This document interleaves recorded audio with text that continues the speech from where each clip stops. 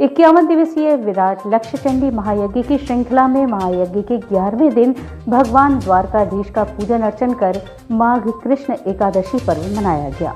संकुल धारा पोखरा स्थित द्वारकाधीश मंदिर प्रांगण में परम पूज्य महामंडलेश्वर स्वामी श्री प्रखर जी महाराज के सानिध्य में चल रहे 51 दिवसीय विराट लक्षचंडी महायज्ञ की श्रृंखला में महायज्ञ के 11वें दिन भगवान द्वारकाधीश का पूजन अर्चन कर माघ कृष्ण एकादशी पर्व मनाया गया। शुक्रवार को प्रातःकालीन बेला में मुख्य आचार्य लक्ष्मीकांत दीक्षित जी के आचार्यत्व में आचार्य सुनील शास्त्री ने यज्ञाचार्यों द्वारा संकल्प करवाकर दुर्गा सप्तशती के पाठ का आरंभ करवाया। उसके बाद सभी यजमानों द्वारा यज्ञ कुंड में आहुतियां दिलवाई।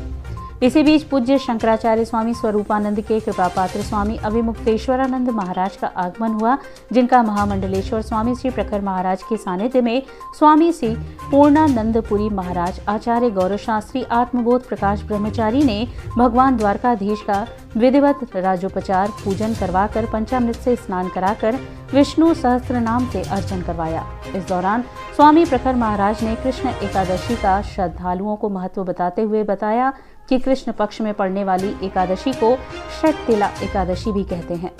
षटतिला एकादशी पर भगवान विष्णु की आराधना करने और व्रत पूजा एवं तिल दान करने से मनुष्य को सभी सुखों की प्राप्ति होती है। शास्त्रों में बताया गया है कि माघ मास के कृष्ण पक्ष की एकादशी समस्त पापों का नाश करती है। जितना पुण्य कन्यादान, हजारों वर्षों की तपस्या और स्वर्णदान से मिलता है, उससे अधिक फल प्राणी को षटतिला एकादशी का व्रत करने से मिलता है।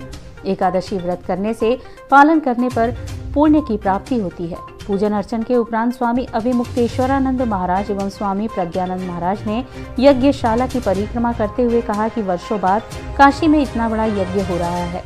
ऐसा कहा जाता है कि वर्ष 1958 में यह नगवा में गंगा किनारे करपात्री जी महाराज ने करवाया था, जिसके बाद उन्हीं का स्वरूप बनकर आए स्वामी प्रखर जी महाराज इतना पावन कार्य कर रहे हैं, जिससे काशी का पूरा वातावरण शुद्ध हो रहा है।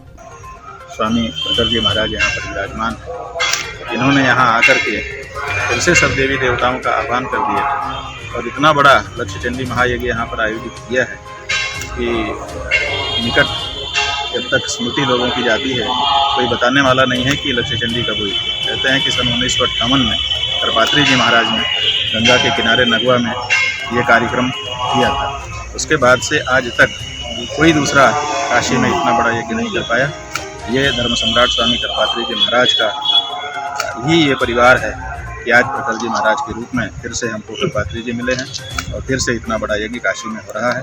काशी का ये वातावरण, पहले भी हम आए थे दर्शन करने के लिए द्वारकाधीश भगवान का, यहाँ शंकुल धारा पोखरे पर भी आए थे, लेकिन तब की स्थिति अलग थी। आज हम देख रहे हैं कि जैसे यहाँ पर साक्षात भगवती का मणिद्वीप उतर करके आ गया और ये जिस स्थान पर हम इस समय खड़े हैं, ये तो साक्षात मणिद्वीप ही दिखाई दे रहा है। तो बहुत ही मन प्रसन्न है, अच्छा लग रहा है। और यज्ञ तो होना ही चाहिए। हमारे प्राचीन परंपरा ये है, अग्नौ प्रास्ताहति सम्मदादित्य मुपतिष्ठते आदित्या जायते वृष्टि वृष्टिरंधम ततः परम्।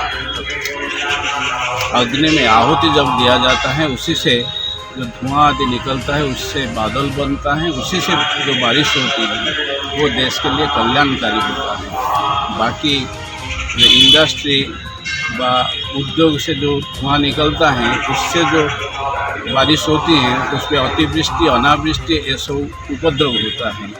इसलिए ये यज्ञ की जो प्रक्रिया हमारे स्वामी जी महाराज यहाँ शुरू किए हैं, इनका तो जीवन ही यज्ञ है। विभिन्न स्थान में जाते हैं, विभिन्न स्थान में यज्ञ ही करते रहते हैं।